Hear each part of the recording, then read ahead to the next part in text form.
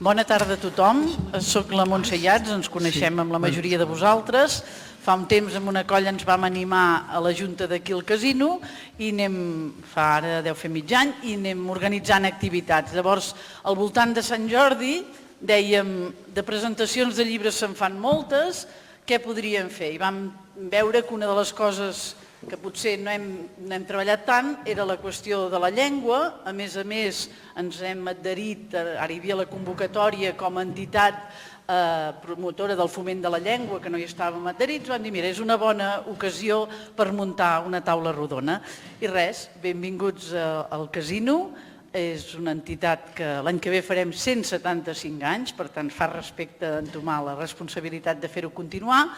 Esperem fer-ne molts més, i per fer activitats sempre procurem fer coses amb altres entitats. Llavors ho vam plantejar al Patronat d'Estudis Osonencs, però en lloc de posar el president del patronat, que és en Francesc, vam dir no, t'hi volem com a professor, com a activista de llengua, com a persona, diguem, que té molt criteri sobre el tema. I per tant, aquesta és la convocatòria que vam fer, la Mariona ja us presentarà els ponents, i res, tenim una estona per parlar de llengua que ens fa falta. Vinga, gràcies.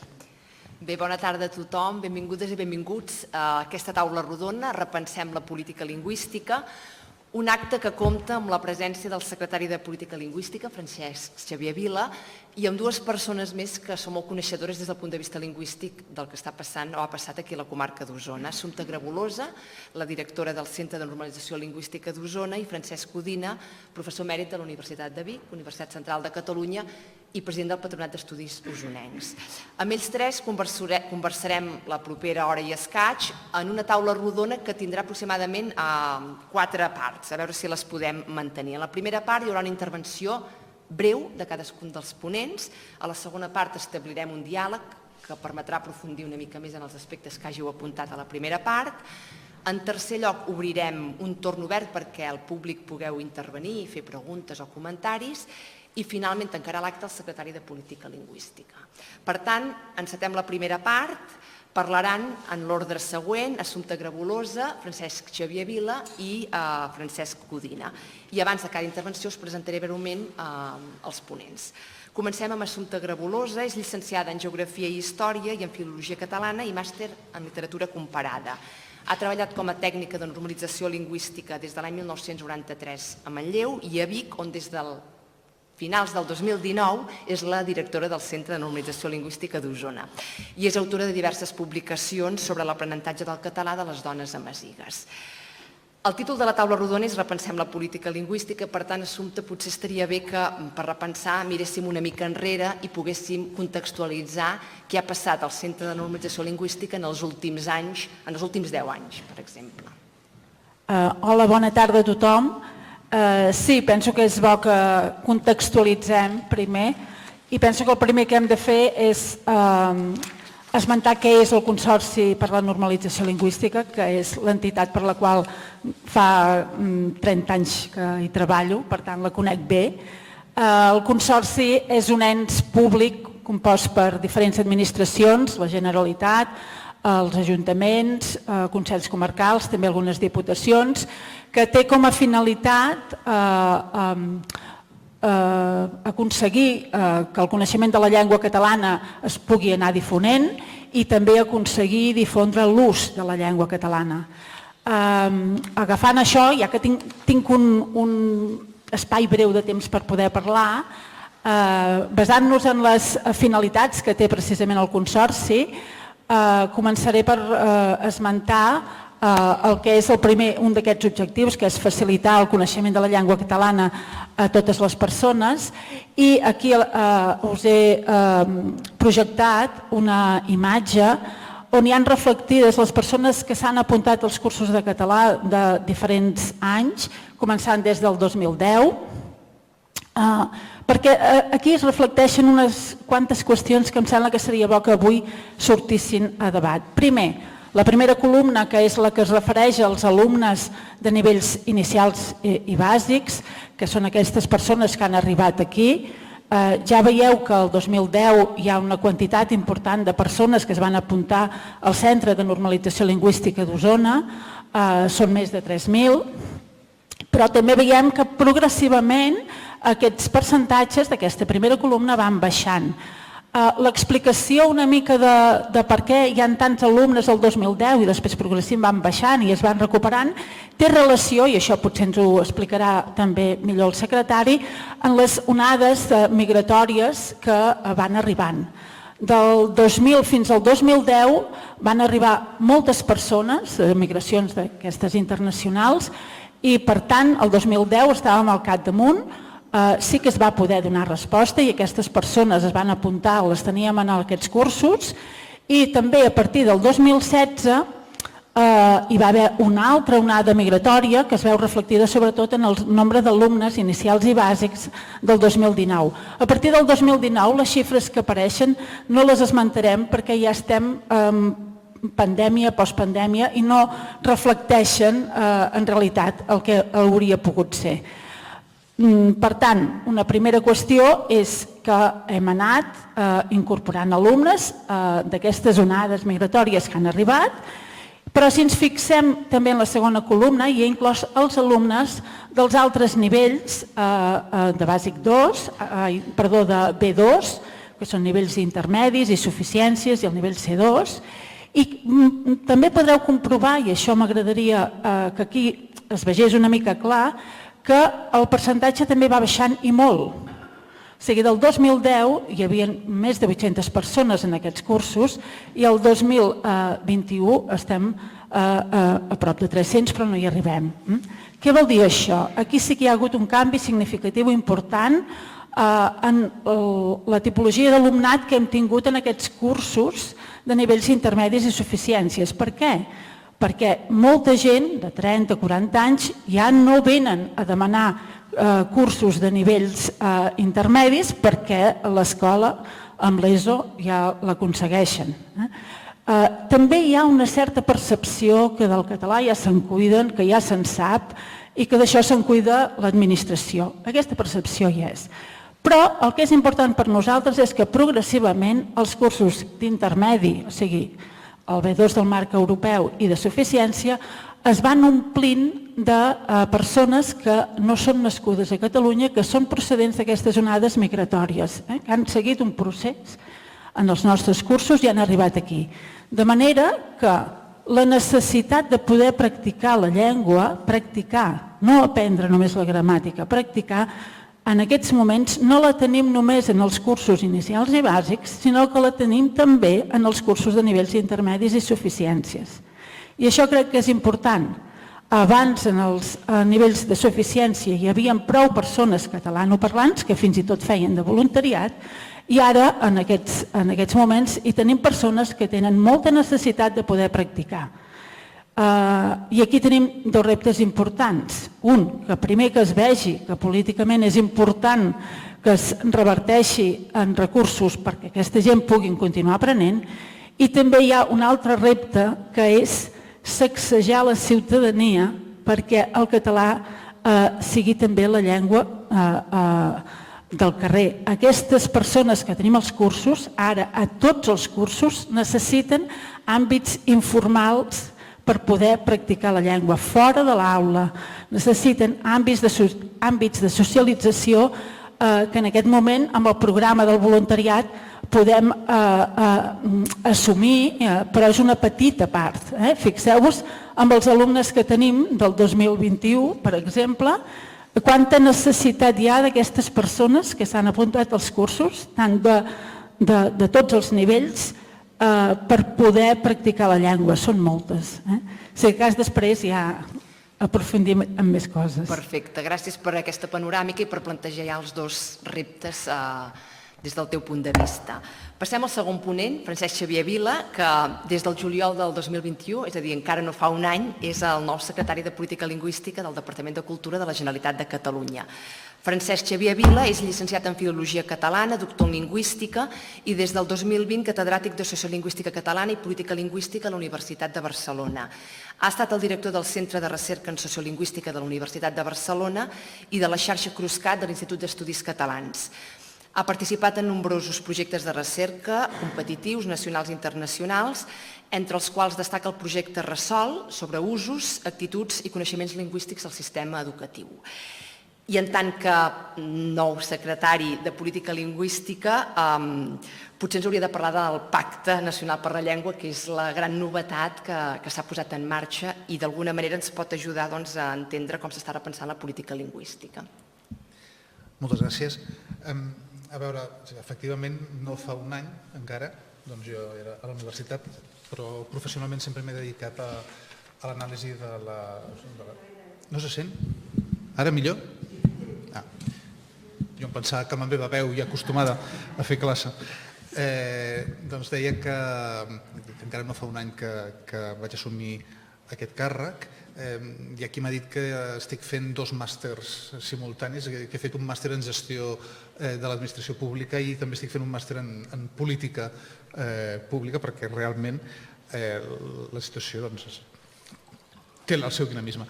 A veure, quan em van demanar, quan em van oferir d'assumir el càrrec, jo vaig pensar 2 coses. La primera de les coses és que després de molts anys de dedicar-me a la recerca potser era hora que aportés alguna coseta, si podia, i la segona era que entenia que el català no és una llengua que estigui a les acaballes, però el català té una sèrie de tendències que són preocupants.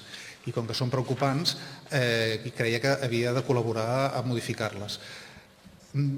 Per dir-ho de manera molt sintètica, hi ha algunes tendències que tenen a veure amb les mentalitats i les ideologies, unes altres tendències que tenen a veure amb les dinàmiques demogràfiques, unes altres que tenen a veure amb les dinàmiques estrictament sociolingüístiques.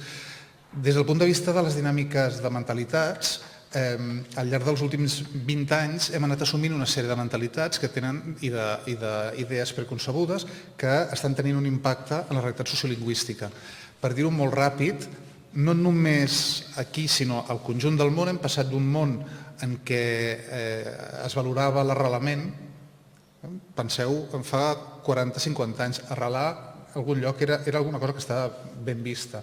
Hem passat a un món en què el cosmopolitisme i estar preparat per traslladar-te en qualsevol moment perquè m'ofereixen una feina fantàstica a 4.000 quilòmetres de la meva parella, però no passa res, perquè és fantàstic que jo vulgui estar a 4.000 quilòmetres de la meva parella si és per millorar la feina. Això, que ho veiem constantment a les pel·lícules, aquest tipus de canvi ideològic ens està afectant. Ens afecta per molts motius, però lingüísticament ens afecta perquè, esclar, si en aquest paradigma d'interpretació de la realitat, quina importància té aprendre la llengua local? Si jo el que he de ser és mà d'obra preparada per rodar d'un lloc a un altre. Hi ha hagut més canvis. Al llarg d'aquests últims 20 anys hem anat assumint tota una sèrie de coses, com per exemple que això de les llengües és una qüestió individual que no té res a veure amb les comunitats i com que també hem anat assumint el valor de l'individualisme per damunt de la solidaritat i la cooperació amb el veïnat, hem assumit que els individus, que hi ha uns quants individus que es poden moure d'un lloc a l'altre portant la seva llengua i que poden rebre tots els serveis, esperar rebre tots els serveis en les seves llengües i no han de fer cap esforç per integrar-se lingüísticament. Això ho hem estat assumint. I no només aquí, a més llocs del món, sabeu, el terme expatriats, els expat, són gent que gaudeix de les condicions fiscals i de la qualitat de vida d'uns llocs determinats, però que no té cap mena d'interès a integrar-s'hi i que es pot estar uns anys en un lloc i després se'n va a un altre lloc. Fixeu-vos com hem canviat ideològicament. Això a Catalunya i als països catalans té un efecte devastador, perquè si som només una plataforma perquè s'instal·li gent que vingui de qualsevol lloc però no hagi de fer cap esforç per integrar-se perquè el que hi havia abans és irrellevant, condueix en una direcció determinada, que és la ghettoïtzació dels autòctons, la seva conversió en una reserva en el territori. Hi ha això, hi ha aquests canvis ideològics, hi ha canvis econòmics i demogràfics importants, que hem passat a ser un país que, fixeu-vos, que d'una banda escanyem la nostra gent jove, que no poden trobar feina, que no poden instal·lar-se, que no poden fer una cosa tan senzilla com els mínims vitals que fan que tot sovint se n'hagin d'anar a viure a l'estranger per cobrar 3 vegades el que cobren aquí, per fer la mateixa feina. I això ens genera una situació que ja fa temps que l'anàvem fent, però que s'està accentuant, com ara, fixeu-vos, quan preguntem a les dones catalanes que estan acabant el seu procés, perdó, la seva etapa fèrtil, quan els demògrafs els pregunten heu acomplert el que se'n diu el vostre projecte reproductori, a Catalunya la resposta molt majoritària és no. I no perquè no he pogut, perquè el pis em costava massa diners, perquè no tenia possibilitats no vaig trobar una feina que em permetés mantenir-me. Per tant, en bona mesura estem creant un sistema econòmic que ens escanyem a nosaltres mateixos. Això, mireu, en termes demogràfics és fàcil, demolingüístics és fàcil de dir. Si només miréssim els fills de les parelles catalanoparlants, de fet, el nombre de catalanoparlants absolut baixaria. Si els catalanoparlants inicials només fossin els fills de les parelles catalanoparlants, baixaria. Per què? Doncs perquè el nostre sistema fa això. Sí que és cert que en parelles mixtes el nombre de catalanoparlants, el nombre absolut, es manté. D'acord?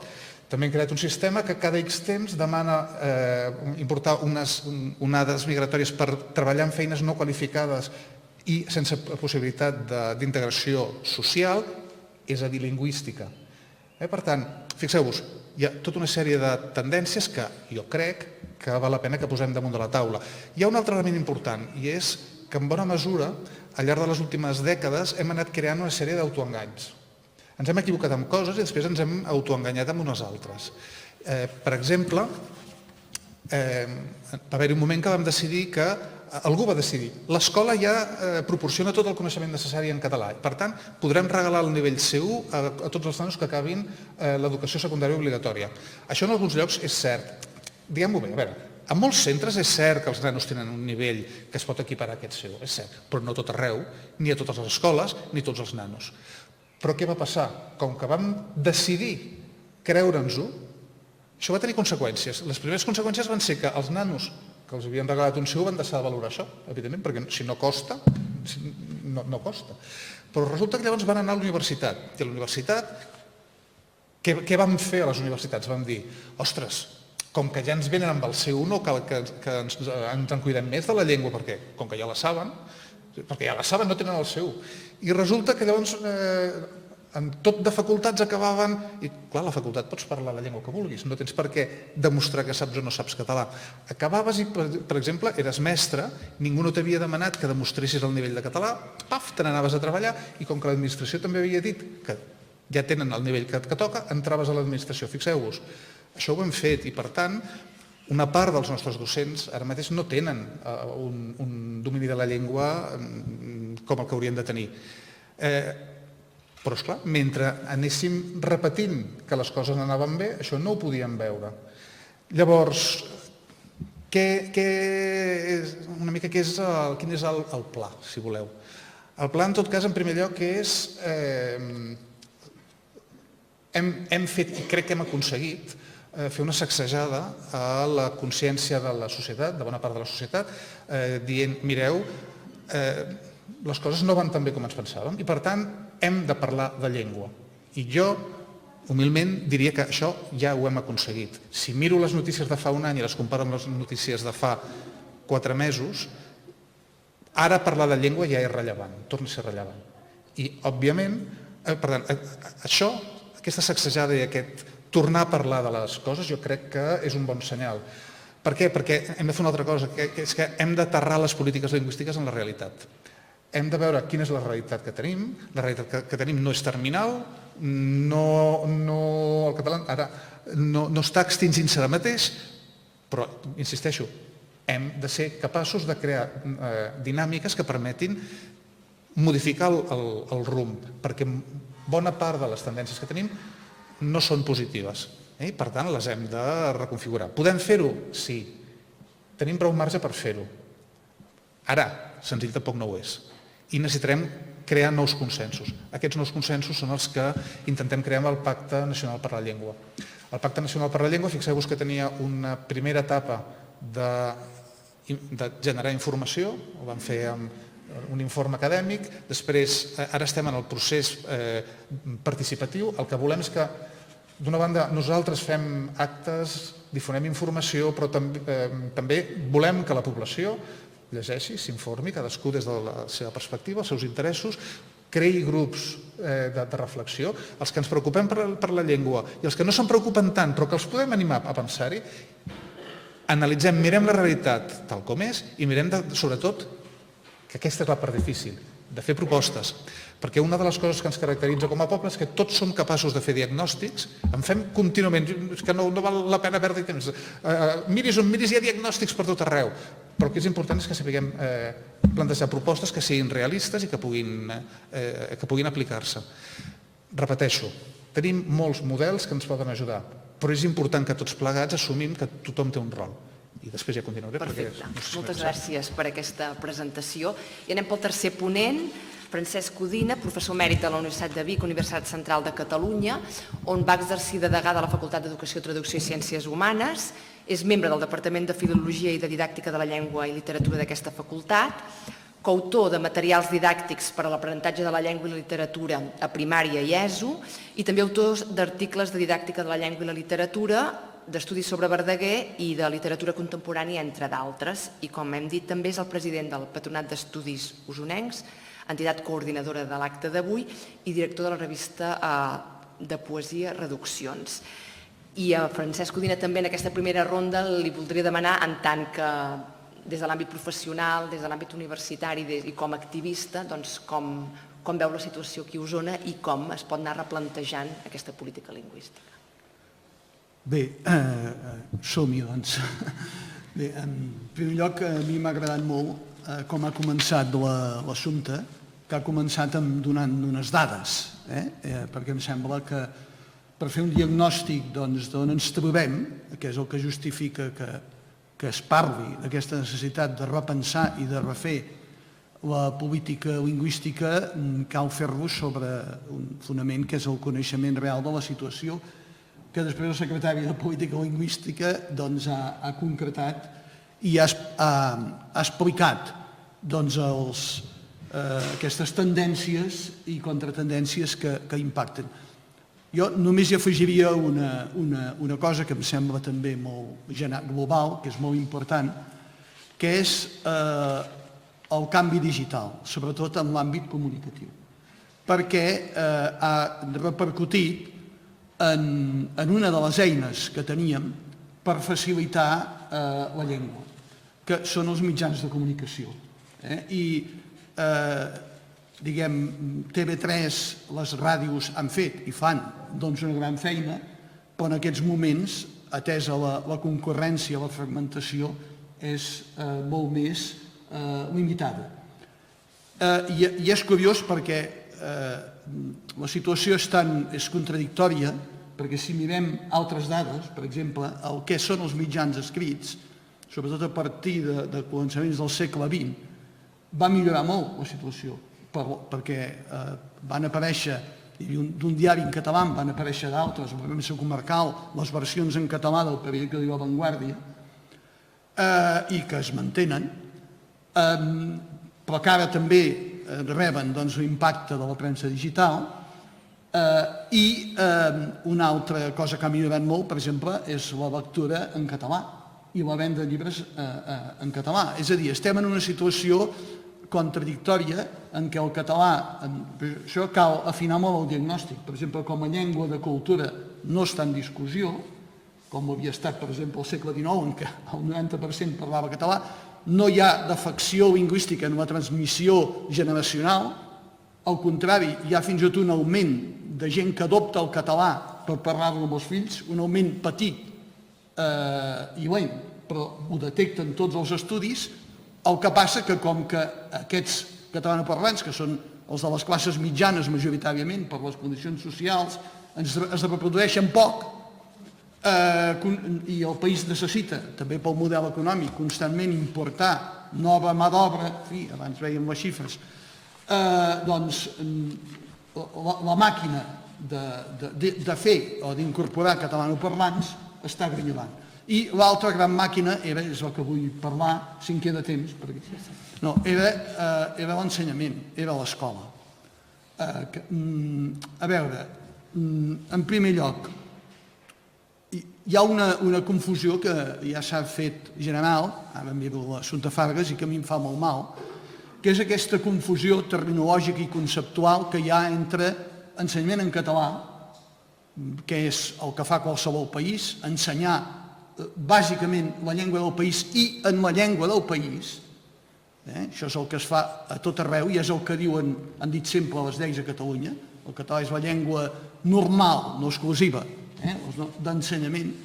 I l'altra cosa són els programes d'immersió. Els programes d'immersió són programes adreçats a alumnat que s'incorpora al sistema lingüístic i que no té la llengua del país, el català, com a llengua familiar. I, per tant, durant els primers cursos han de fer tot l'ensenyament en català, evidentment, però no com si fossin catalanoparlants, sinó amb unes tècniques didàctiques, amb uns recursos, amb uns reforços de personal que permetin que adquireixin en pocs cursos bé la llengua perquè després justament puguin fer l'ensenyament en català i més endavant puguin fer també ús d'ensenyament d'altres llengües, com poden ser l'anglès, que fan moltes escoles, no només classes d'anglès, sinó assignatures en anglès, o en algun cas que sigui justificat, si és que hi és ja en el país, doncs fins i tot de castellà, que evidentment no hauria de ser a la zona metropolitana, sinó, no sé, en quin lloc remot de l'Alt Pirineu, si és que existeix aquell lloc. Bé, per tant, aquesta és una primera confusió que ens està fent molt de mal i que, a més, amaga una realitat, i és que la immersió que havia començat molt bé, ara Elmo justament ha tret un llibre que explica els inicis de la immersió des del punt de vista d'un que en va ser alumne i beneficiari, que és un diputat al Congrés, el Joan Mena, doncs, com m'ha dit abans el secretari de Política Lingüística, quan es va generalitzar ja no es va fer tan bé. I aquests, si volem millorar la situació de la llengua de l'ensenyament, una de les qüestions hauria de ser millorar, replantejar també la immersió, tenint en compte que a més l'alumnat ha canviat, és molt més divers, no només abans, als anys 80 era majoritàriament castellanoparlant, ara doncs les llengües són moltíssimes, les de l'alumnat, i per tant això s'hauria de fer bé. I l'altra cosa ja és els altres nivells, on per desgràcia l'ensenyament en català a la secundària mai no havia sigut una realitat plena, perquè hi havia hagut bosses, diguem-ne, de resistència entre part dels docents, no sé, ara mateix per posar un exemple i perquè veieu com és de contradictòria la situació, un dels sindicats que convocava aquesta vaga d'ensenyants i que amb la plataforma reivindicativa, a part de les dates de començament de curs, hi posava el tema de la immersió, deien, també protestava contra l'exigència del nivell C2 amb els professors de secundària, que no són de llengua. Jo li vaig dir a una persona d'aquest sindicat, però què és això? I em va dir, no, diu, és que la situació del català no s'arregla exigint amb el professorat. Això és cosa del govern. Home, doncs, clar, el govern, entre altres atribucions, té la de fer complir la llei d'educació de Catalunya, que diu que el professorat ha d'estar preparat per fer l'ensenyament en català i el C2. Per tant, aquí hi ha tota una línia de la política lingüística que ha d'afectar l'ensenyament i que per mi és bàsica. Sense aquesta no ens en sortirem. I encara volia fer esment a un altre factor que en els darrers temps, en els darrers anys, aquest ha impactat també sobretot a la secundària i més enllà de la secundària, fins i tot a la universitat i en la formació de mestres, en l'ús de la llengua a l'aula. Que no és ben bé l'ensenyament en català, és l'ús de la llengua a l'aula, no al pati, a l'aula. I és que hi ha un gran moviment d'innovació educativa, que està molt bé, d'innovació didàctica, però que va molt a remolc de l'expansió de les noves tecnologies de la informació i de la comunicació i de la digitalització. Aleshores, una de les coses bones que ha tingut aquest model és que a l'AULA el discurs del professorat ja no ocupa tot l'espai, com havia passat en altres èpoques, que es deia l'escola tradicional transmissiva. Els alumnes treballen molt més en grup, fan projectes, per tant, dialoguen entre ells, parlen amb el professor, etc. Esclar, si això es fa sense tenir en compte el nostre context, què pot passar? I què ha passat, per desgràcia? Doncs que en certs àmbits l'ús del català a l'aula ha minvat, perquè els alumnes que tenen majoritàriament el castellà o altres llengües, però que en el seu context públicament és dominant és el castellà, s'han posat a parlar en castellà i potser a buscar la informació a internet per fer els treballs el que sigui en castellà. Per tant, aquí és un altre front en el que caldria actuar amb criteri. És a dir, qualsevol cosa que fem en el sistema educatiu per millorar-lo en el nostre país ha de tenir en compte la llengua, perquè aquest és un objectiu essencial. És a dir, que el català sigui llengua comuna, això vol dir que tothom la pugui conèixer i amb un cert nivell, i, a més, un altre concepte, que llengua pròpia, que tothom se la senti com a pròpia, en el sentit, sobretot, que tothom, que deia abans el secretari, ha de tenir una responsabilitat envers aquesta llengua, perquè Catalunya, el País Valencià, les Illes i Catalunya Nord i l'Alguer és un lloc que no es parla. Per tant, si d'aquests llocs desapareix del món. I tenim aquesta responsabilitat, sigui el català la llengua inicial o no dels que vivim a Catalunya. I acabo aquí. D'acord, doncs feta aquesta primera ronda entrem a la segona part, en la qual intentarem aprofundir una mica en els aspectes que ja heu posat sobre la taula, aspectes vinculats a la responsabilitat i als usos millorables del català a l'aula, als passadissos, al pati, al carrer. Francesc Codina parlava de confusió terminològica, però el secretari de Política Lingüística directament ha dit autoengany. Hem estat vivint en oasis que en realitat ens hem adonat que no estàvem tan bé com ens semblava? A veure, té tota la raó de parlar de confusió terminològica en el cas d'immersió i ensenyament en català, o d'escola catalana, que també se'n deia. Aquí té molt a veure el llenguatge periodístic, perquè immersió és més curt que escola plenament en català, o allò que es deia fa molts anys, escola catalana en llengua i continguts. Clar, hi dius immersió i ràpid. Cosa que a més et porta a situacions surrealistes, perquè esclar, immersió es pot fer en qualsevol llengua. Pots fer immersió en castellà. Si fas ensenyament en castellà atenent a nanos que no tenen el castellà com a primera llengua, estàs fent immersió en castellà. Bé, quan jo parlava d'autoengany, em refereixo a una cosa bastant més àmplia i és a dir, sempre hi ha altres prioritats que no la llengua, les coses no van tan malament. Jo recordo un demògraf que havia arribat a dir que, a veure, la integració lingüística de les noves immigracions va bé, perquè si mires les xifres hi ha un 2% de la població nascuda fora de Catalunya, ara no sé en quina enquesta era, hi ha un 2% que diu que té el català com a llengua pròpia i com a llengua d'identificació. Això vol dir que ja comença, dic, home, per l'amor de Déu, això és gent que havia nascut a fora de família catalana i han tornat. Fill meu, no cal que hi donis gaires més voltes. El 2% contra el 98% no. Però ell estava convençut, és un símptoma. Dic, no és un símptoma. He parlat de l'autoengany del C1. També és un autoengany pensar que l'escola ho resoldrà tot. Fixeu-vos com ens anem creant una sèrie de mites i aquests mites moltes vegades tenen més a veure. Sabeu l'acudit aquell del borratxo que perd la clau? El sabeu, no? N'hi ha un... L'heu sentit segur. És un individu que va pel carrer i es troba un home de genolls sota un fanal buscant. Diu, què et passa? Que m'ha perdut les claus! I l'ajuda, i vinga a buscar, i no les trobes. I mitja hora després diu, però vols dir que les has perdut aquí? Diu, no! Diu, devia ser allà. Diu, i què fem aquí? Diu, coi, és que aquí hi ha llum. Ens passa bastant sovint, mireu, les dades que tenim sobre usos entre iguals no diuen que el jovent parli menys el català que la gent de mitjana edat o fins i tot la gent que són els adults de 50 a 65 anys. De fet, el col·lectiu que menys parla el català són els adults joves, els que estan entre 30 i 45.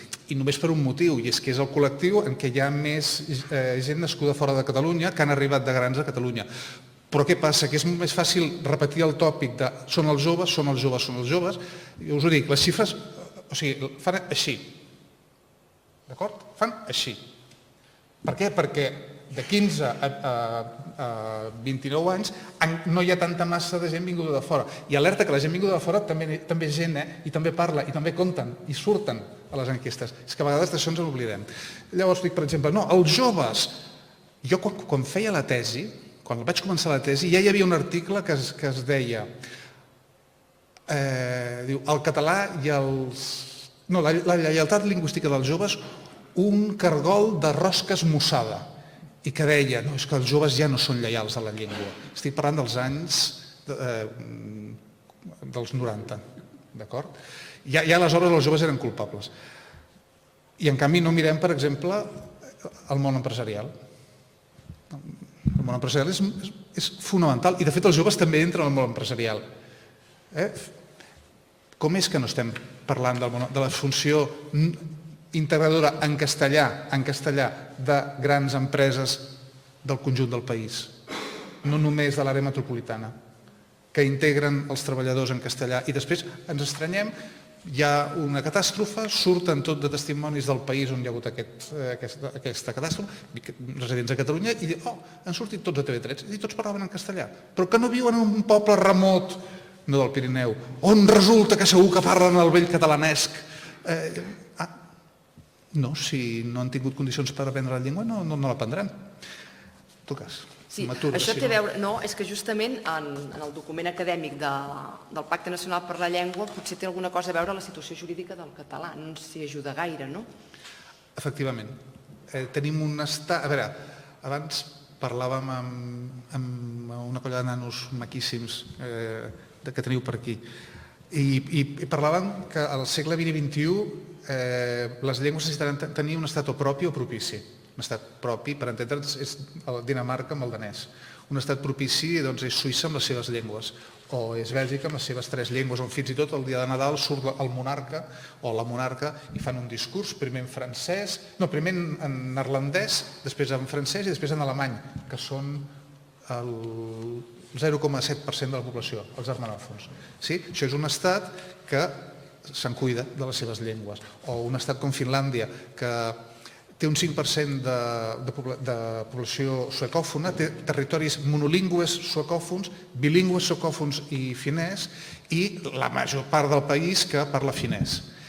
I, per tant, el que fa és formar jutges que dominin, no he dit que entenguin vagament, que dominin i que, per tant, puguin jutjar en finès, que és la llengua del 90 tants % de la població, i en suec.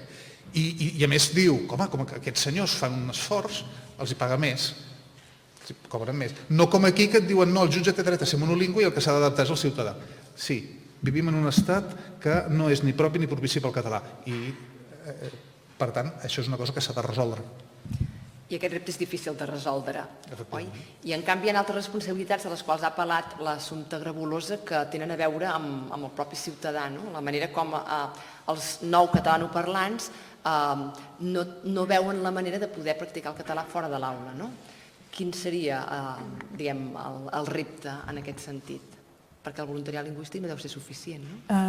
Bé, sí, és el gran repte que tenim ara en aquests moments per les persones que estan aprenent català, perquè no trobem espais on practicar-lo, perquè al carrer difícilment, sigui per la qüestió que sigui, els parlen en català. A l'espai laboral, com deia el secretari, els parlen en castellà. Tenim exemples d'alumnes que han vingut a cursos, han arribat fins a Bàsic 3, que poden parlar i entendre el català, han trobat feina i han tornat als nostres cursos al cap d'un temps parlant en castellà perquè a la feina havien fet un retrocés important. Per tant, és cert, aquí en el món laboral hi tenim un altre dels grans reptes. Jo també vull recordar que des de el 2007, aquí a Osona, es va fer una campanya que es deia "Si us plau, parla'm en català", i que ja des del 2007 aquí s'intuïa que teníem un problema i convidàvem a tothom, eren alumnes del centre d'Osona, que convidava a tothom a parlar-los en català. Vull dir que aquest no és un tema nou d'ara, sinó que és un tema bastant vell i potser sí que ens hem estat autoenganyant, però jo més aviat diria que en algunes qüestions ens hem relaxat moltíssim, perquè aquí fer campanyes per incentivar els catalanoparlants, siguin d'origen o no d'origen, és igual, les persones que parlen en català, que puguin ajudar les altres, penso que aquí sí que hi ha molt camí a fer i necessitem recursos per traslladar el que aprenen a l'aula, per traslladar-lo al carrer. Necessitem una pila de dinamitzadors lingüístics que ens ajudin a fer això i que ajudin els alumnes, que facin de guies perquè trobin aquests espais per practicar el català. I des del punt de vista del món de l'ensenyament, Francesc, la formació inicial, els mestres quina responsabilitat tenen? Bé, és bàsic, és bàsic. En Francesc Xavier ha parlat de Finlàndia.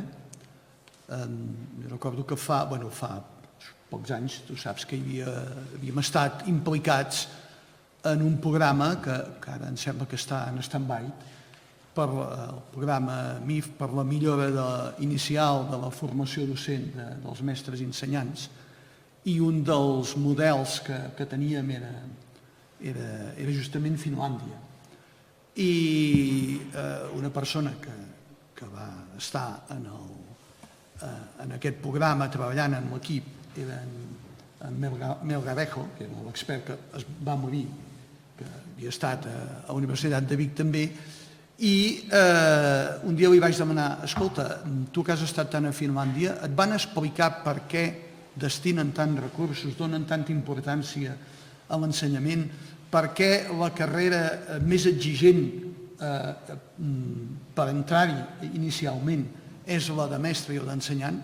Diu, mira, una vegada un finès em va dir, nosaltres som un país petit que hem estat al costat d'un gran imperi, que és l'imperi rus, i sabem que l'única arma que tenim per sobreviure com a poble doncs és la cultura, l'educació i la llengua.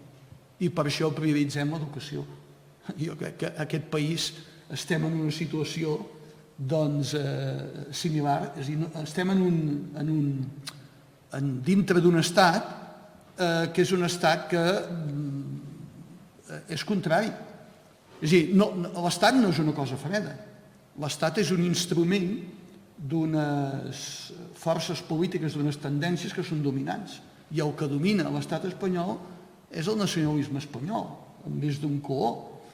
I el seu model és fer un país més o menys uniformitzat, com l'estat francès. El que passa que no han pogut, perquè ens hi hem resistit. I ho intenten i no paren. Jo crec que això, de vegades, també en aquests autoenganys, un autoengany que ens fem i que a l'escola ens estem fent ara, no? És, hem de blindar el català i farem una llei nova.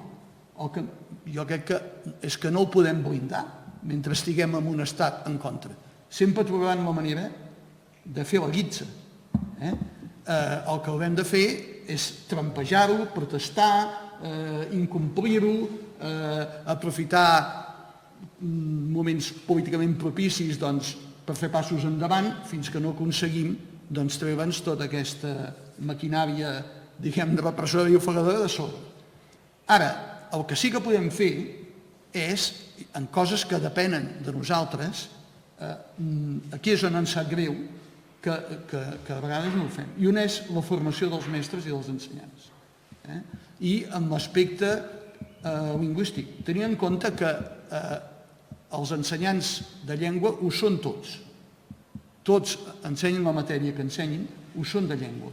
I més ara que les tendències van per enfocaments globals a tots els nivells.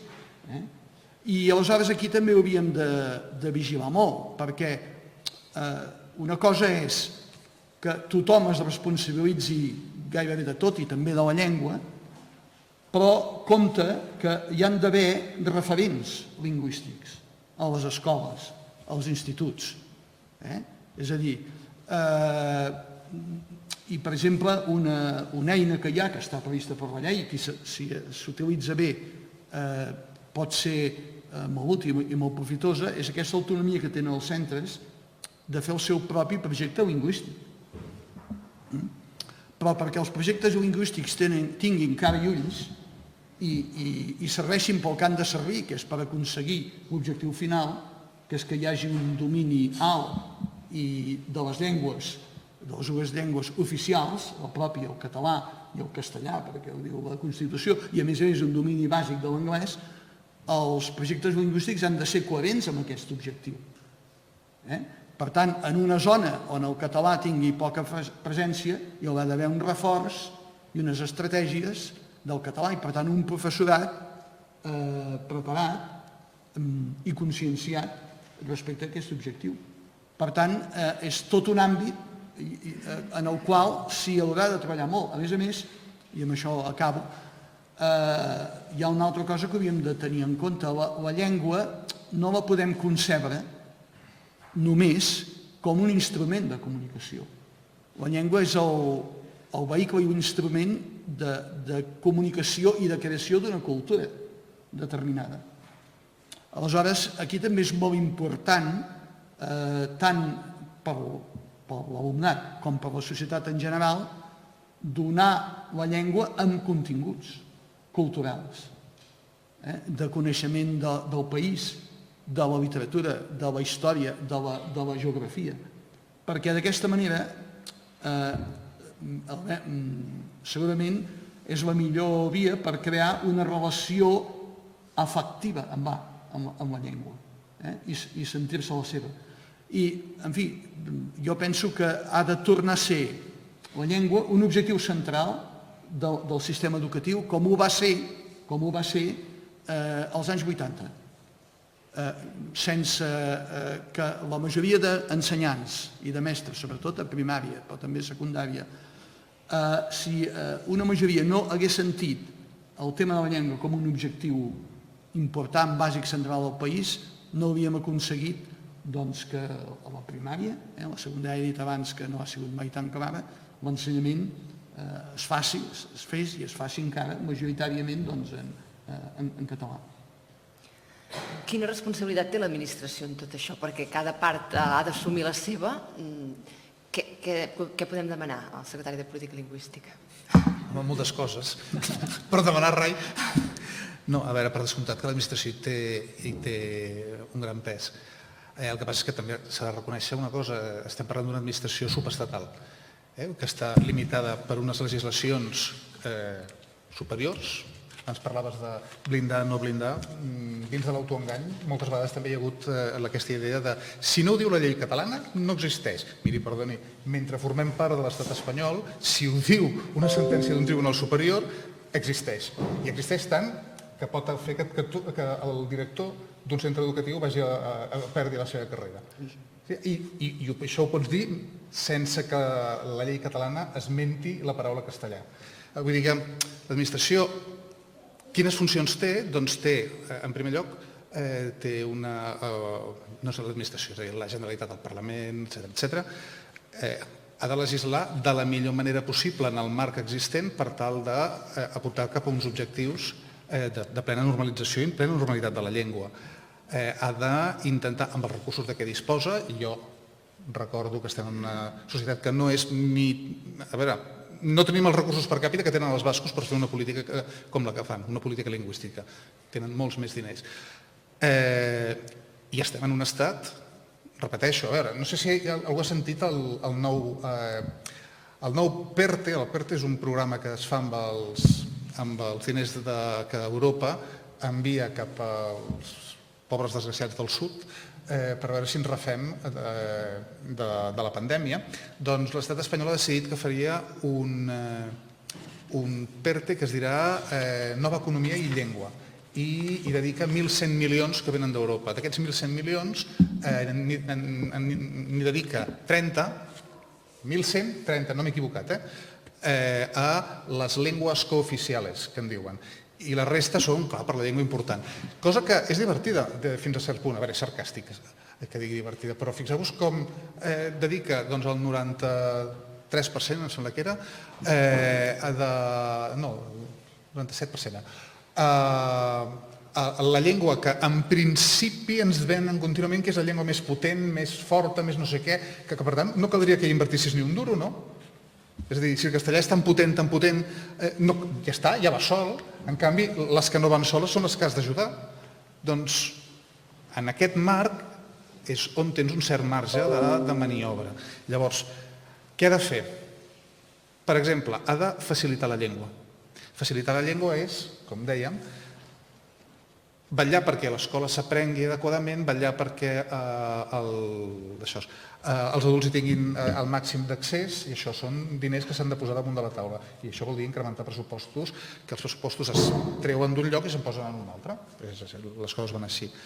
Ha de generar una legislació en el marc que tenim que, per exemple, que faciliti la disponibilitat lingüística. És a dir, que faciliti que les empreses assumeixin el deure d'haver d'atendre en català i en castellà ja el tenen segur, en català la clientela. El marge que té l'administració catalana, que no és l'administració de la República Catalana, sinó de l'autonomia, de la nacionalitat autònoma dins del Regne d'Espanya, és el que és. Ha de fer els possibles per donar suport a les entitats que tenen més marge de maniobra per promoure, per exemple, la revalorització de la llengua en els usos interpersonals. Però, esclar, a veure, l'administració hi ha coses que pot fer i hi ha coses que no pot fer. Poso un cas concret. La nostra legislació diu que els centres comercials, les botigues tenen el deure de disponibilitat. La nostra legislació diu això. El deure de disponibilitat ha estat interpretat pel Tribunal Constitucional dient que, això no vol dir que tothom que treballi en una empresa ha de saber català, sinó que l'empresa ha d'estar en condicions, ha de tenir gent que sàpiga català. I dos, que s'ha d'entendre el deure de disponibilitat no pas com el deure de saber-lo parlar, sinó el deure d'entendre'l. Aquest és el marc legal en què ens movem. Per tant, la nostra administració té aquests límits. En aquest camp, el dia que canviem el camp, i ja ho hem intentat, però el dia que canviem el camp serà un altre i per tant podem fer altres coses, però és en aquest camp en el que juguem les partides i n'hem de ser conscients. Hem de fer el màxim que ens permeti aconseguir el màxim. De vegades fer el màxim no et permet aconseguir el màxim, sinó que et fa tirar endarrere, d'això siguem-ne conscients, per tant, juguem tot sovint al caire del precipici.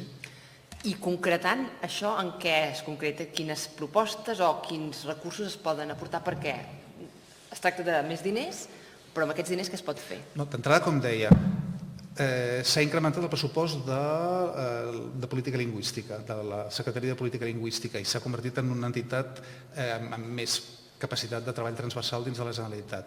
Amb aquest pressupost el que es fa és s'ha incrementat el pressupost del Consorci. S'ha incrementat el pressupost dedicat a l'audiovisual. Estem treballant amb totes i cadascuna de les plataformes per tal d'incrementar la presència del català a les plataformes. S'està treballant en recursos tecnològics per fer que el català entri, i això és molt important, en aquesta revolució. Mireu, això, si algú té ganes de passar una estona, tinc una conferència penjada a internet que es diu una cosa així com garantir el futur del català en un temps de revolucions ecolingüístiques, en què bàsicament el que explico és que al món hi ha hagut diferents revolucions ecolingüístiques i cada revolució ecolingüística ha tingut conseqüències per les llengües. La invenció de la literatura va tenir unes conseqüències, que la literatura és una eina lingüística. La invenció de la impremta va tenir unes conseqüències. Hi ha llengües que ja no van sobreviure a l'arribada de la impremta i que es van convertir en dialectes d'altres llengües i al final estan desapareixent. En poc temps hem tingut dues revolucions, la revolució d'internet i ara estem de ple en la revolució de la intel·ligència artificial. Això què vol dir?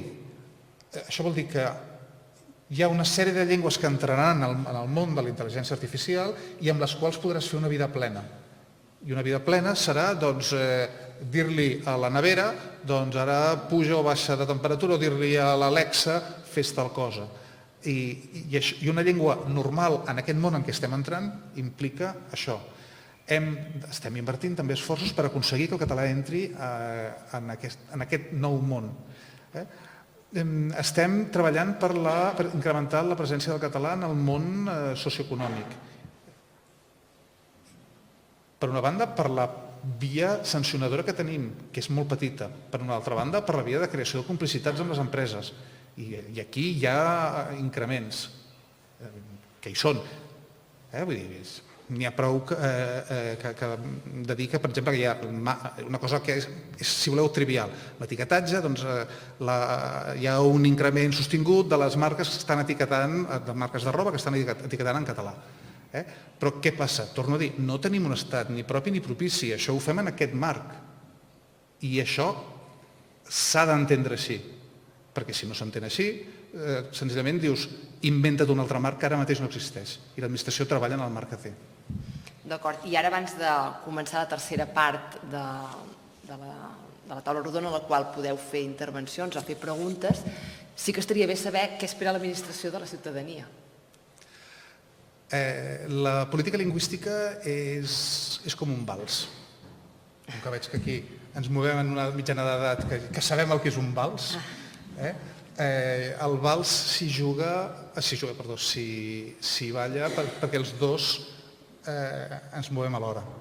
Llavors, el que no pot fer ni la ciutadania ni la societat civil és esperar que ho faci l'administració, i l'administració no es pot quedar quieta. I a més ens hem de moure més o menys al mateix ritme. Si voleu, tothom que ha ballat un vals sap que n'hi ha un que en sap més que l'altre i n'hi ha un que guia més. Qui en sàpiga més ha de guiar millor. L'administració té segurament un pes molt important a l'hora de guiar. Hi ha moments que l'administració no ha volgut guiar. Intentarem que en aquest vals el conjunt de la ciutadania entengui el conjunt, no només un petit col·lectiu, el conjunt o el percentatge més important, entengui la necessitat i la conveniència d'apostar pel català. Jo aquí a vegades dic que una política lingüística que té resultats en la transformació dels comportaments lingüístics és una política lingüística que fa un moviment. És a dir, que agafa els enemics de la llengua i els converteix en adversaris, que fa que una part dels adversaris passin a ser indiferents, que una part dels indiferents passin a ser favorables i que fa que el màxim de favorables passin a ser activistes. Necessitem moure-ho tot, perquè si resulta que el que faig és que els indiferents es converteixin en enemics, potser el que aconsegueixo és una bonica reserva Sioux. I ara mateix, mireu, el repte principal que tenim és que els coneixedors de català parlin més català i els desconeixedors de català aprenguin més català. I això es fa per dues vies. Per una banda, hi ha d'haver uns requeriments i unes obligacions, però d'una altra banda hi ha d'haver una creació d'empatia. Hem d'aconseguir que es moguin, perquè si no es mouen i van creixent, doncs l'evolució és evident. I ens podem enfadar molt nosaltres mateixos, entre el nostre grupet, però hem de créixer. Augmentar el nombre de persones que parlen català i augmentar la qualitat de la llengua? Sí, no n'he parlat de la qualitat. La qüestió de la qualitat va molt lligada amb la freqüència d'ús. No només, però sí que va molt lligat. És a dir, a veure, tots vosaltres heu après alguna vegada alguna llengua i segur que tots vosaltres heu oblidat alguna llengua. Jo, per exemple, tinc molt rovellat el llatí. En sabia més i ara en sé menys. I altres llengües que també en el temps em vaig aprendre més i ara en sé menys. Això s'ha d'entendre en un marc en què d'una banda tenim un marc comunicatiu que de moment és molt massivament no catalanoparlant i que per tant això afecta constantment. Els parlants parlem com parlem, entre altres coses, és perquè estem sotmesos constantment a input. En una societat monolingüe estàs sotmès constantment a només una llengua i, per tant, només t'afecta aquella llengua. En una societat en què hi ha més d'una llengua, doncs tens aquest impacte d'aquesta altra llengua. Si teniu contactes amb els adolescents, segur que us han dit coses com random. Oi? Doncs això no apareix per art de màgia. El que passa és que les llengües són molt sòlides i tenen resiliència. En la mesura que incrementem el nombre d'usuaris, el percentatge i el nombre absolut d'usuaris, la qualitat de la llengua té tendència a millorar. I a més, tenim eines per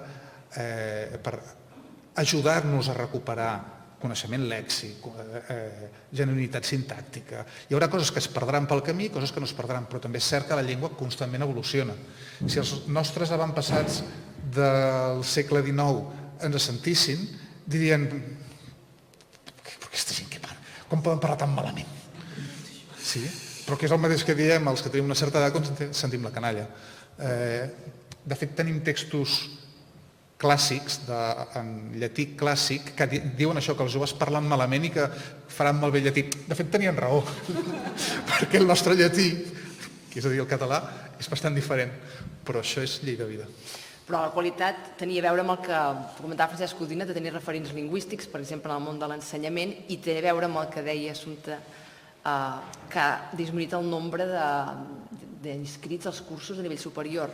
Volem dir, ciència una mica ja n'hi ha prou, no cal que aspiri a més, no?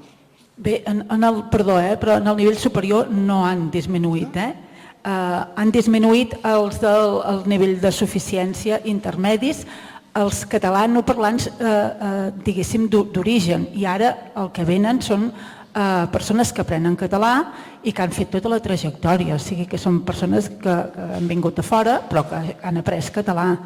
Al nivell superior no hem tingut minves perquè hi accedeixen aquelles persones que el necessiten perquè necessiten la certificació per entrar a l'administració, pel que sigui, i sempre n'hem tingut d'aquests. Però els que no venen són els que tenen allò que deia el secretari, hi ha el C1 perquè a l'ESO ja els hi dona, els que no venen són aquests. Si em permets, el que no ha dit l'Assumpta és que, i a més els del nivell superior s'han disparat.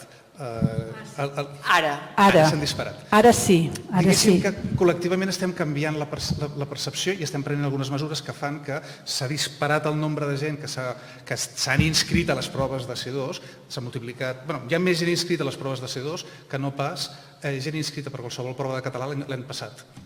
De les que es faran ara... Però per l'exigència de l'administració. Esclar. Però és que s'han de prendre mesures. Si no prens mesures, com vols que passin les coses? Obrim el torn obert, per tant. Perdó, Sí. això no és cert. Ho has dit per altre Twitter i no és cert. No, em perdoneu, però, a veure, hi ha docents desesperats. Dimarts s'acabava la matrícula de l'Institut Ramon Llull a Saragossa. Jo trobo que si dieu que milers de persones... S'han incrementat, perdona, tenim 4.000 persones, més de 4.000 persones inscrites i es va poder inscriure tothom que va voler. Punt número 1. Però vau dir final de gener i s'acabava el 9 de febrer la matrícula. I a Saragossa s'ha acabat abans. Esclar. Però és que no... I a Andorra estan desesperats. Va començar la matrícula... Doncs que es presentin a més proves. Hi haurà més proves. Doncs digueu, hi ha molta gent, de veritat. A mi m'has fet el favor del segle, perquè 3 setmanes el meu llibre número 1 a l'Amazon. Carme, informa't bé, abans de dir segons quines coses, informa't bé. Hi ha hagut la convocatòria, s'hi han presentat més de 4.000 persones. Hem format més de 100 avaluadors en un temps rècord. Hem format 100 avaluadors en un temps rècord. Està bé, perquè diu que la nota se sabrà al cap de mig any. Sempre ha sigut així, és impossible fer-ho en Doncs condicions... a Andorra fan l'examen el 18 de juny i el 29 saben la nota. Sí, però en fan 2 o 3. No, però hi ha molta gent desesperada, de veritat. Doncs que es presentin els pròxims exàmens, hi haurà més proves i hi haurà més... Però el que no es pot... Perdona, Carme, el que no es pot dir és que no s'ha fet res. Quan formes 100 avaluadors en un mes, no pots dir que no s'ha fet res. Quan multipliques el nombre de places, no es pot dir que no s'ha fet res públicament. Alerta amb el que diem perquè generem idees que no són certes i que el que fan és crear més desesperació. I recordo que l'exigència per entrar no és aquest any, sinó que serà aquest any. S'incrementa el valor com a mèrit i el moment en què ja no hi podran entrar serà l'any 2024. Tenen temps. I hi ha una cosa que també es diu autoformació. Hi ha recursos d'autoformació. Ja està, perdó, però com que... No, perdoneu, que... Home, és que... És que avui mateix... Abans de dir segons quines coses per internet s'ha de vigilar. Bueno, però la gent m'escriu a mi. Clar, m'escriu a mi i m'ho diu a mi, estan desesperats. Doncs que mirin internet, que mirin les És que dates. pensa que hi ha gent, pares de família, per exemple, un pare de família de 45 anys, posem per cas, que ha deixat l'escola privada i ara s'ha passat a la pública i ara resulta que doncs això pensa ara no tindré feina, les meves 3 criatures de què menjaran, etc. Vull dir, a veure, home, jo penso que havíeu d'haver dit simplement això que has dit ara. Carme, es va dir que fins al 2024 no és requisit. Això està dit. Però la gent es posa nerviosa. Doncs la gent, a veure, preguntar-t'ho tu, que em mirin on han de mirar. Perdoneu, puc dir una altra cosa? Espera't, relacionat amb això, voldria dir que nosaltres hem atès molts professors i professores. I jo una de les coses que els he dit és que no necessàriament han de fer l'examen ara. És que hi haurà la convocatòria del setembre, ni en tindrem al gener. Al setembre l'augmentarem. I encara els dic més, és que les convocatòries que farem al setembre, que no seran extraordinàries, seran en els cursos generals, seran de 90 hores, podran aconseguir-ho no tan apressadament en el temps, sinó que podran fer un aprenentatge molt millor i la veritat és que molts se'n van convençuts, Carme, a veure, convençuts i una mica més tranquils. No s'acaba res ara, si no han pogut entrar. No s'acaba res, perquè això es podrà continuar, podran matricular-se al setembre, hi haurà més places i si al setembre encara no n'hi ha prou, doncs al gener també i una altra vegada la convocatòria general de la Secretaria de Política Lingüística. Vull dir que... I la veritat és que se'n van més tranquils. I estem parlant amb educació, perquè també s'han de prendre més mesures, i ja hem posat 1 milió d'euros més entre una cosa i una altra. Per tant, de mesures se n'estan prenent moltes. El que no es pot dir és no s'està fent res quan hi ha mesures que s'apliquen una darrere l'altra. Ja està. Sobre això vull dir una cosa, però fora del... perquè suposo que tot sempre es pot fer millor i tal, però per la concurrència. S'està parlant d'una exigència, que és el C2, que estava prevista en la Llei d'Educació de Catalunya, que és del 2009, i que s'han anat donant moratòries i no s'exigia. I ja era hora que s'exigeixi i que es faci. O sigui, vull dir que el que no podem fer, em sembla jo tampoc, és quan es fa un pas endavant, problematitzar-ho, dir que no... És a dir, tenim molta tendència a aquest país a una autoflagel·lació excessiva. Ja som una mica dolentots tots plegats i ja convé que de tant en tant ens passem, no sé, fem penitència, però no cal que ens posem el silici ni que agafem els flagells. Ho dic perquè és del 2009, i estem al 22. Per acabar d'emmarcar-ho tot, del 2009 al 2019 estava subjudice. És a dir, estava en la Constitució i per tant no es podia aplicar. És la llei que ara mateix en regeix. La crítica real és perquè el 2019, 20, 21 i 22 no es va aplicar a les oposicions que hi van haver en aquell moment, per ajustar-ho. Però en tot cas... És allò que dèiem, que els tribunals aniran fent la guitza. I ningú no diu que d'aquí uns mesos hi pot haver, perquè segur que algú deu estar presentant ja un recurs en contra del d'allò. És a dir, no hi pot haver una altra sentència que digui, doncs ara això... És a dir, això també és una altra cosa que em sembla que hem d'assumir, que estem en un marc absolutament hostil i el bombardeig legal i serà sempre i l'hem d'anar trampejant com es pugui. Més preguntes? Després. Sí, no, jo voldria treure un tema que penso que és cabdal, que és un dels reptes importants que tenim, és l'ús social del català, sobretot dels catalanoparlants. Aleshores, aquí tenim límits judicials, polítics. Aleshores, la Generalitat té alguna proposta, he pensat, suposo, alguna política, campanya d'ús social català, sobretot pels, bueno, per tothom, però pels catalanoparlants, sobretot. A veure, sí. El que passa és que tot té el seu moment i ara estem en el moment en què volem recollir les aportacions de la població. Per tant, fer una campanya mentre estàs dient parleu vosaltres seria com incongruent. Pensa tu lliurement i jo et dic mentrestant fes tal cosa, no. Però sí, hi haurà intervencions en aquest sentit. No només en campanya, sinó també en altres coses. Per exemple, es treballa... Mireu, els comportaments lingüístics, abans ho comentàvem, no només és una cosa de mentalitat o de creences, perquè si només fos qüestió de convèncer que has de fer una cosa, seria raonablement senzilla. Ens convencem que ens hem de comportar d'una manera determinada i ja ho fem. Però tots sabem que entre el pensament i les rutines de comportament hi ha un grau de distància. De fet, la incoherència és el modus vivendi més habitual que tenim entre el que pensem i el que fem. Moltes vegades som incoherents. Per tant, està molt bé que fem campanyes, les campanyes han d'ajudar a canviar la consciència, però després hi ha altres coses que s'han de fer. I, per exemple, estem ajudant a revitalitzar els tallers per la llengua. Els tallers per la llengua són tallers que fan que gent que vol aprendre a fer allò que li agradaria fer, és a dir, a mantenir la llengua, com ho pot fer? Dotar d'eines, dotar de pràctica per aprendre a mantenir millor la llengua.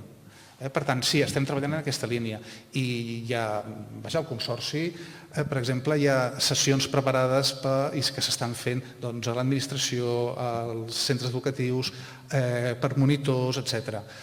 Tot això demana diners i, per tant, jo crec que una de les principals conseqüències, m'agradaria veure això, del Pacte per la Llengua és dir, si ens prenem la política lingüística seriosament, hem d'incrementar considerablement els recursos que hi dediquem.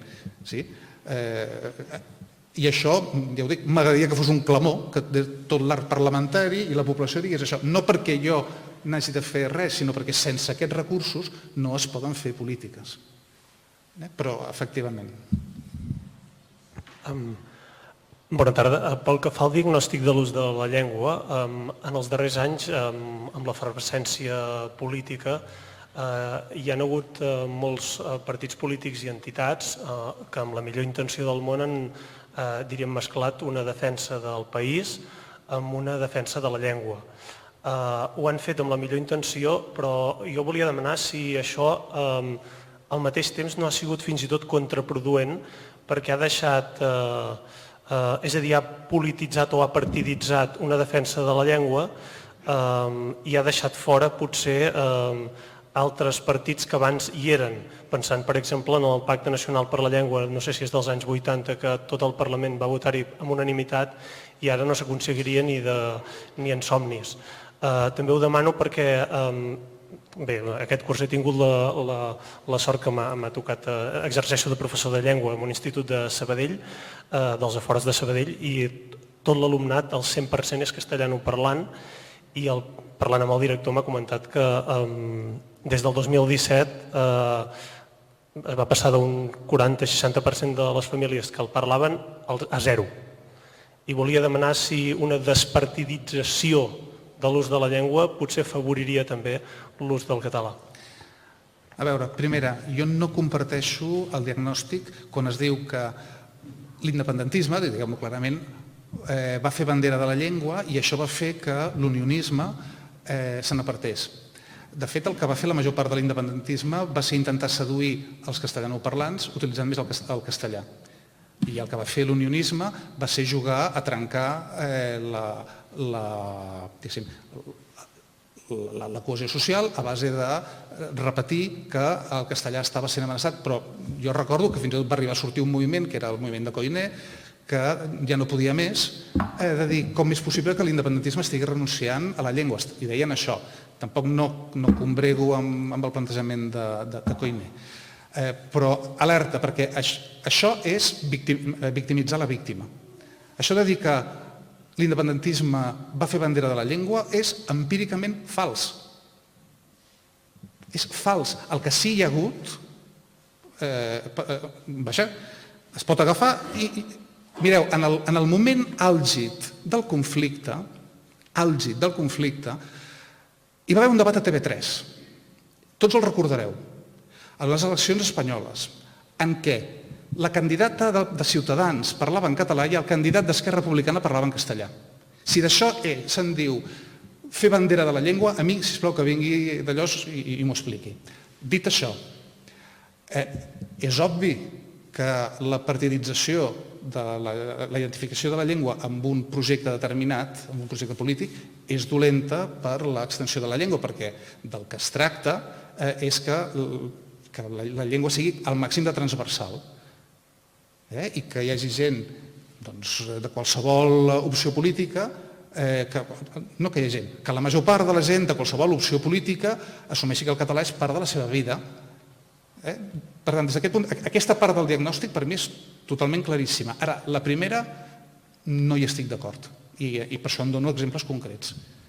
N'hi ha una altra. Recordem la campanya en què hi havia la candidata del Partit Popular que feia bandera no només de no parlar català, sinó de no entendre el català, i van arribar a fer debats a Barcelona en què es van fer en castellà perquè aquella senyora pogués entendre el debat,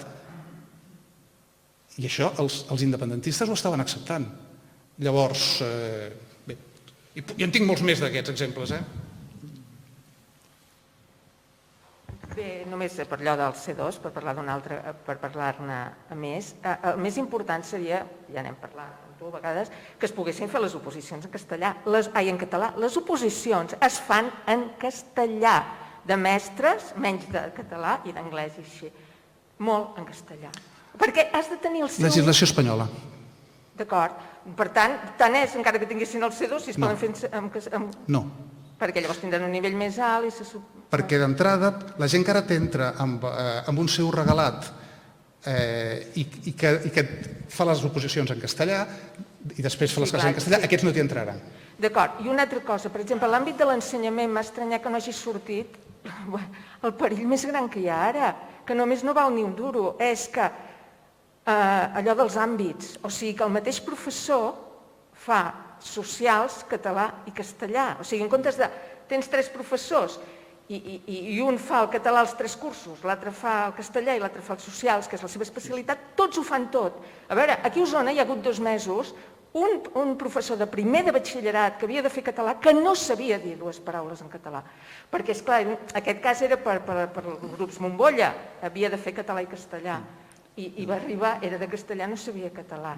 Vull dir que, a veure, això que han dit aquests publicistes, bàsicament, i si algú no s'ho creu, que miri els vídeos del YouTube, perquè fan conferències i es veu, doncs que hi ha el Departament d'Ensenyament, han decidit això, que la gent s'ha de desespecialitzar. Per tant, ara és molt greu. De vegades el professor de català no sap català. Això no val ni 5, perquè, com comprendreu, són els mateixos sous. Vull dir, no, això és un perill imminent. I això, bé, tenia moltes coses, però... Carme, jo això sí que hi he fet esment d'una manera general, perquè he parlat de que compta amb les innovacions didàctiques que estan repercutint en una disminució... Sí, seria això, però aquesta és la més greu. I una altra cosa que també he dit, i que val la pena insistir-hi, és que, a veure, una cosa és que els professors que no són de llengua es preocupin de la llengua, que per desgràcia no sempre passava. I una altra cosa és deixar sense referents la llengua i la literatura a les escoles i als instituts. Doncs imagina't si és un... Que això és el que està passant. Jo soc bastant crític amb alguns aspectes de la política educativa. És a dir, aquí un dels problemes que té aquest país és que, o dels problemes i de les virtuts, tot alhora, és que volem ser els primers a innovar. Cosa que està molt bé i potser gràcies a això el país ha prosperat. Però de vegades no som prou curosos que amb aquesta innovació de fer-la d'acord amb les nostres necessitats i el nostre context. I sí que ara, tal com l'altre dia parlava amb una professora d'una escola d'aquí Vic, d'un centre concertat, però que té la majoria d'alumnes d'ESO, doncs, en fi, que són d'origen no catalanoparlant, que deia, diu, és que ho estem fent tot globalment i el resultat és que això es tradueix en un ús massiu del castellà a l'aula. Doncs, esclar, la innovació d'aquesta manera, feta així, no ens serveix. Hem de preveure, hem de fer innovació, però preveient mesures perquè això no passi. Amb això hi estic totalment d'acord. Si em permets, com em va dir, no recordo qui, però vaig trobar que estava molt bé, diu, hem de tenir el pòstit de la llengua sempre posat, allò, a la nevera i a l'ordinador. El pòstit, aquell paperet groc que fa nosa, però que sempre, és veritat, sempre ho tens allà. I això quan estem planificant l'educació, quan estem planificant les polítiques d'asil, quan estem planificant el model productiu. A veure, per què no podem demanar que les empreses siguin responsables de la formació i de l'empoderament dels seus treballadors en l'àmbit lingüístic? Si contractes persones que no saben la llengua pròpia del país, per què no les empreses no entren en aquest terreny? Socialment tenen una responsabilitat social, etcètera, etcètera. El pòstit jo crec que va molt bé.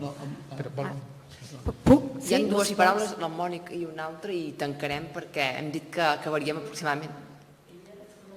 Ah, sí, Carme? Ah, doncs d'acord. Bueno, a veure si puc anar de pressa. Volia fer 3 o 4 aportacions, però potser em quedo amb la meitat. La primera és que no podem convertir una excepció, Carme, en la regla. El que un professor de castellà que no sàpiga català i que li toqui fer català és una cosa molt... és un rar avis, no passa.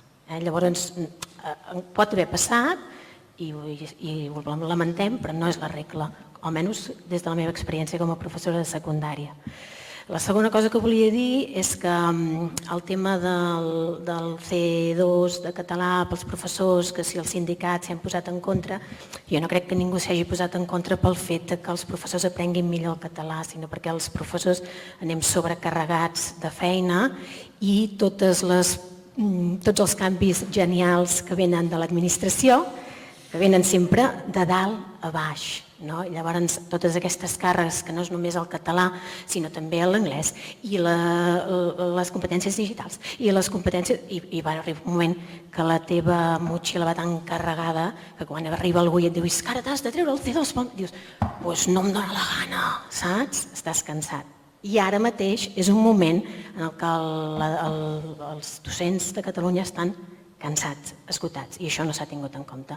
Llavors, jo sempre dic que, com tot, les polítiques lingüístiques i tot, no poden anar de dalt a baix, ni les polítiques educatives de dalt a baix, perquè es perceben com a imposicions, i si tu imposes alguna cosa no funcionarà.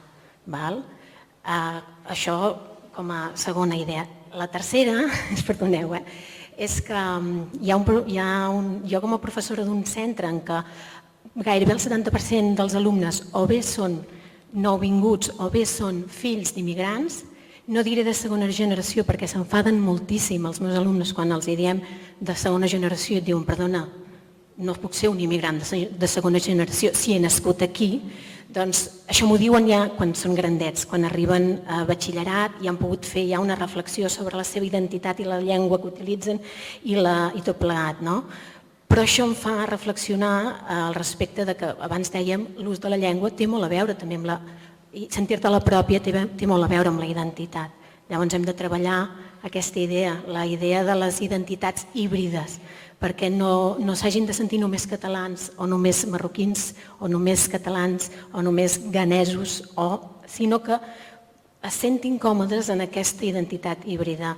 I per fer-ho, no només hi han d'haver-hi polítiques lingüístiques, sinó moltes altres polítiques que integrin aquesta població que en realitat en tenen ganes, no? El que passa és que se senten sovint tan rebutjades en molts àmbits que al final opten per això, opten per no sentir-se, no tenir la identitat catalana i llavors moltes vegades el que passa és que acaben parlant en castellà perquè se senten més propers o o com que estan exclosos es senten més a prop dels castellanoparlants o immigrants de Sud-amèrica. Enteneu el que vull dir? No sé si m'estic explicant massa bé. Però que el tema aquest s'ha de treballar. I l'última cosa que vull dir és que com a mare d'adolescents a mi sí que em preocupa moltíssim, moltíssim tota l'esfera digital, perquè tots els continguts que consumeixen els meus fills per als seus interessos són en castellà. Llavors, quan tenim converses, els meus fills penso que en general parlen un català molt correcte, però llavors, en àmbits concrets, els hi falta el vocabulari perquè només hi han accedit o en castellà latino o en anglès. Llavors ens falta treballar molt amb això perquè els meus fills, i crec que no és una excepció, no miren TV3. Com a molt alguna cosa que es faci a TV3 a la carta quan ells volen consumir-la i no quan tu els hi poses. Enteneu el que vull dir? Que van per gustos, per preferències i aquí a nivell de continguts d'internet, continguts digitals, estem molt pobres. I diria més coses, però ho deixo. D'acord. Per no allargar-nos, si de cas que parlin les dues persones encara de la Carme i algú més, no. I després que tanqui el secretari de Política Lingüística si vol fer al·lusió a alguna de les qüestions que s'han dit.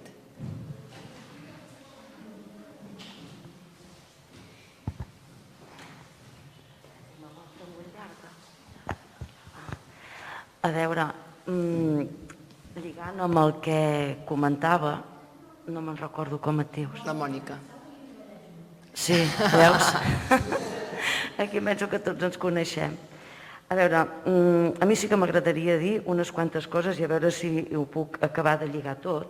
Amb el que abans comentaves de l'última intervenció que hi ha hagut aquí, sabeu, i tu saps molt bé, que els centres, 500 centres de Catalunya, ara estan fent el programa ULAE, el programa d'usos lingüístics. Jo en soc formadora d'un d'aquests centres a Sant Pere de Torelló.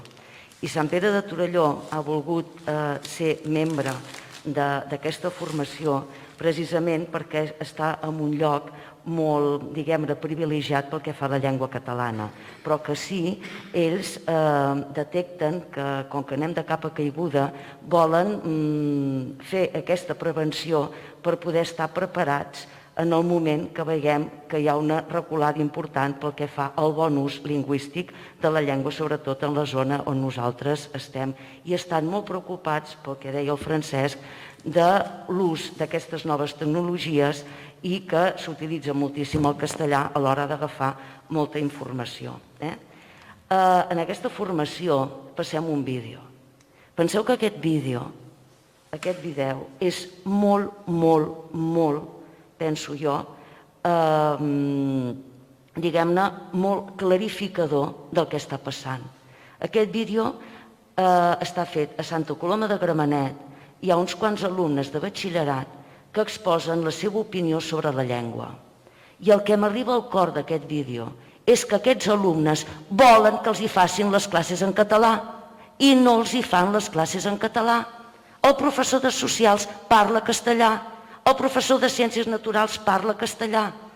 I penso, si aquest jovent que té 16, que té 15 anys, que té 17 anys, volen que els hi facin les classes en la llengua del seu país perquè en són conscients, penso que això és una llança a favor de la nostra llengua i una llança a favor dels alumnes dels nostres instituts de la zona metropolitana. Ells exposen que els hi agradaria que els hi fessin totes les assignatures en castellà, però que quan parlen el català en el seu sector d'amics se senten estranys. Per què? Perquè, i ho diuen ells, els hi diuen independentistes. Ho sento, són les seves paraules. I se senten estranys, per tot el tema del procés i tot plegat. Tot això penso, això és un reflex, jo crec que aquest vídeo es va fer fa un any, però penso que sí que és un reflex d'un jovent i com ells se senten d'estranys dintre d'un país on es parla una llengua que ells volen aprendre. i algun d'aquests nois i noies expliquen, penso que és una noia que va estar visquent a Calella de Palafrugell, que allà tot es feia en català, que ho trobava normal que tot es fes en català, ara ha tornat a Santa Coloma, ho torna a fer tot en castellà, però a l'escola de música ho fan tot en català i que estrany que jo trobaria que el meu professor que m'ensenya violí m'expliqués les classes en castellà. Penso que entendre el que t'explica aquest jovent et dona una visió d'on som en una zona, diguem-ne, d'aquesta part més metropolitana al voltant de Barcelona, i estic parlant d'uns alumnes que em penso que en aquell grupet, no sé si n'hi havia un que era nou vingut d'anys enrere i els altres tots eren de les generacions que devien arribar aquí entre els anys 60-70, és a dir, de pares de gent que va arribar aquí de les Espanyes. D'avis. O d'avis, ja en aquest cas, d'avis. O els pares, com jo, devien ser, o una mica més joves fins i tot. Ho poso com a exemple.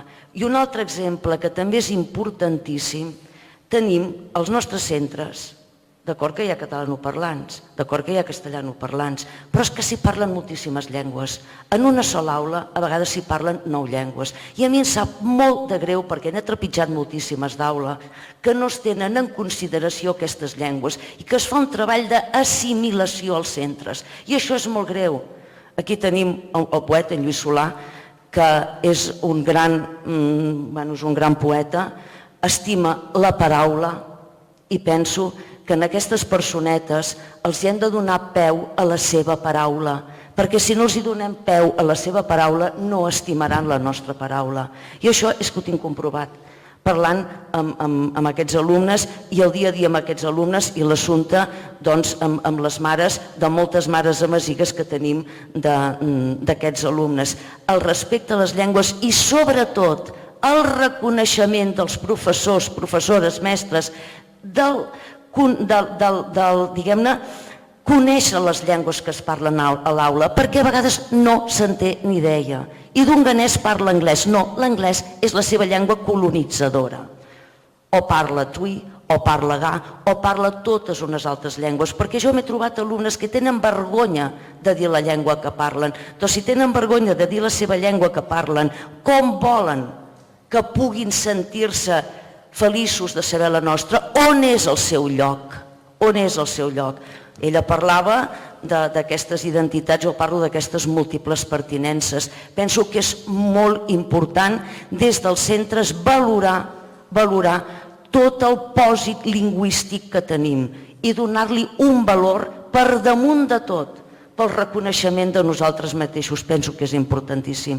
I llavors, per altra banda, polítiques valentes, ho sento. TV3, parlem en català. Si pel jovent se'l mira, parlem en català, sisplau. Tenim tenim persones capaces de parlar de qualsevol tema. No ens canviem al castellà, per favor. Jo penso que des de l'administració s'ha de fer. A veure, hi ha una frase que encara ara fa dies que no ho escolto, però li vaig dir a en Màrius, va venir un dia a Ripoll i li vaig comentar, per participar-hi de nou a no sé quina hora, per allò del no sé què era, és que no hi havia manera que fiquessin aquest coi de pronom. És que a mi em fan mal les orelles, ho sento, si a mi em fan mal les orelles, sóc una persona viva, doncs si a mi em fan mal les orelles perquè jo veig que hi falta el pronom i jo ho dic, home, corregim-ho, ja està, i acabo aquí. I, sisplau, estimem la paraula, sobretot des de l'administració. Si no ho fem així, malament rai. Doncs per tancar l'acte té la paraula el secretari de Política Lingüística. Hi havia una altra paraula demanada, però s'ha fugat. Perdoneu. No hi ha cap més intervenció del públic? Doncs, molt bé, moltes gràcies. Ja no entraré a valorar totes aquestes últimes reflexions que s'han fet. Certament tenim una situació que és... Nosaltres la definim com a diversa, perquè no és el mateix el que hi ha a vegades en un barri i en un altre de la mateixa ciutat. És una situació que és complexa perquè hi ha molts factors que hi intervenen. És una situació que és delicada perquè hi ha tendències importants que no són positives i les hem de capgirar, però tanmateix és reversible. És a dir, tenim possibilitats de reconduir aquestes tendències.